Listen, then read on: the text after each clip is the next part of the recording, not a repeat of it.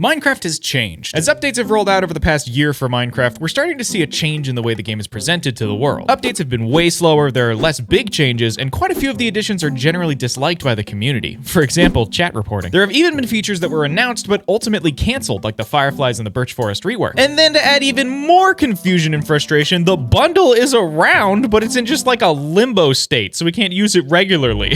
This is so sad. I want it, Mojang. Please, just give it to me. Just let us have it, please. I'm sure there's some problems with Bedrock Edition with it, but please, come on, I just want it. So why can't Minecraft just add the features? Like, dude, come on, just like hit the publish feature button, you know?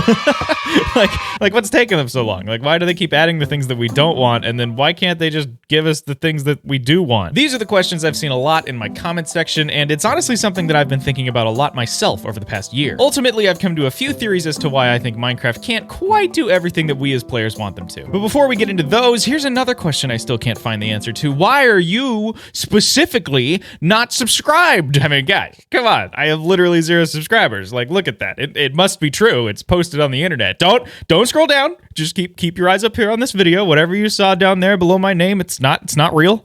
It's not real to lie from the internet. So if you're willing, do me a huge favor and check down below to make sure you're subscribed. You might be coming back to my channel regularly, but you aren't actually subscribed. Maybe today is the day you change that. Anyways, the first reason I think Minecraft can't quite add everything we want them to is simply because they're owned by a giant overlord company called Microsoft. That causes some problems because if Minecraft does something terrible, then Microsoft has also done something terrible, and Microsoft burns because of it, I guess. This means there's some limits to what Minecraft can actually do. But the answer to this problem isn't quite as simple as leaving Microsoft and doing things themselves. Regardless of Minecraft being the best-selling game of all time, there's really still some good benefits to having Microsoft there by their side. Namely, the resources Microsoft can provide, the funding that they can invest, and especially the security. Microsoft, of course, has a lot of resources ranging anywhere from expertise, hardware, to even custom software that might help in development. This is huge for the sake of the capabilities of the dev team and the longevity of the game itself. Also, regardless of how annoying and difficult it might be to get into the game now after account migration, there's something to be said about the security that comes with having that login. At its base level,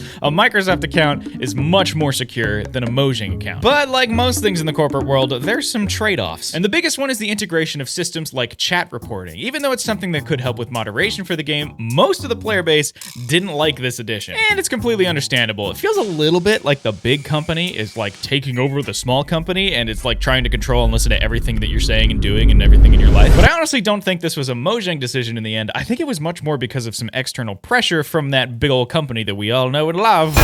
Now that the Bedrock edition of the game is becoming more and more prominent and starting to run on more platforms, including the Xbox and Windows, Microsoft felt the need for more moderation. And while Bedrock had some of that from the start, Java Edition never really had it, even though they've been part of Microsoft since 2014. So they compromised. And honestly, Java Edition's chat reporting as it is today is pretty bare bones when it comes to chat moderation systems in games. For example, there's no automatic bot pulling your messages across the entire game, and Minecraft really only looks at chat when a message is directly reported. It's not perfect, but it's also not the worst it could have been. Big negative changes like these came with a lot of backlash, but Minecraft didn't go back on their decision. These systems are still in place, and they will likely still be in place forever. And the main reason I think this is the case is because Minecraft isn't being designed for the players specifically anymore. It's being designed for everyone. But what do I mean by that? Well, I think Minecraft is tuning their approach more towards overall growth rather than appeasing their current or older player base. And this is a very viable business strategy for both game development and even for other spaces like YouTube channels. I personally like to tune my content towards new viewers instead of exclusively appeasing my returning viewers. I still want to make content my existing audience will really enjoy, but I don't need to tell them to subscribe. I tell these guys to subscribe. Speaking of which, did you check if you're subscribed?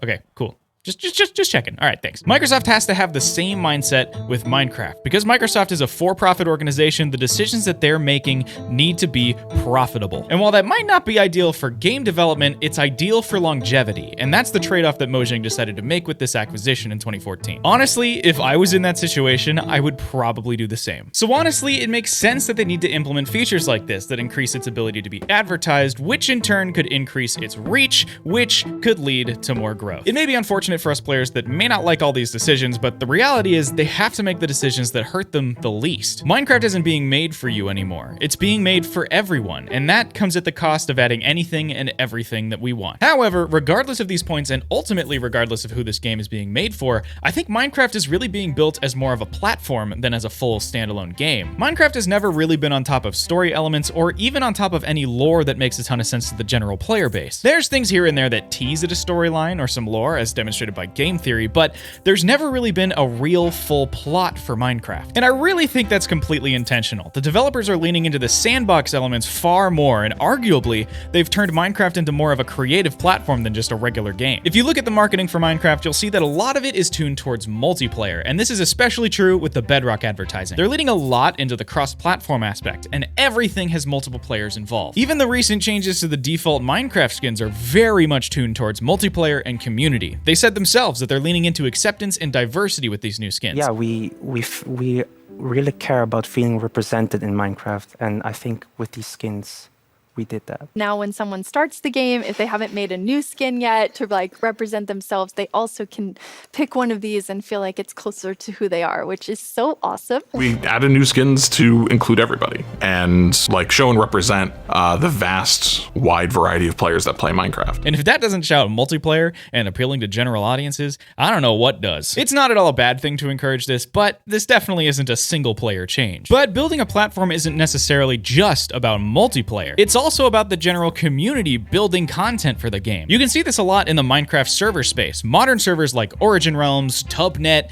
MCCI, and others are rising up and pushing the server development space further than ever. The places where Minecraft falls short are the places where the community fills in, and I think that's exactly what Minecraft wants. They've always been very encouraging of mod development, and Minecraft has one of the most active modding communities in all of game development history.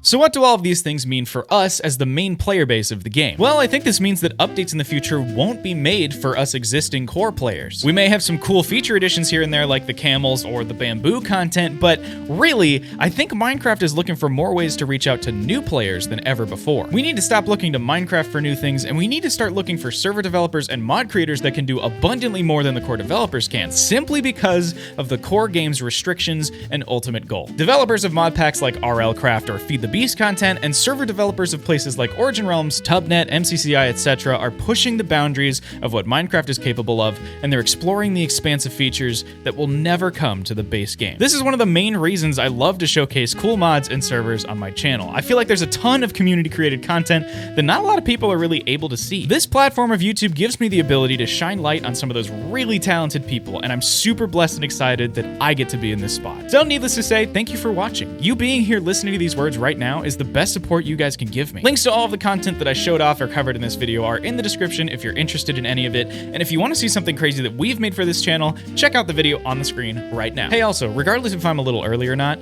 thank you for 100,000 subscribers. It's seriously a dream come true.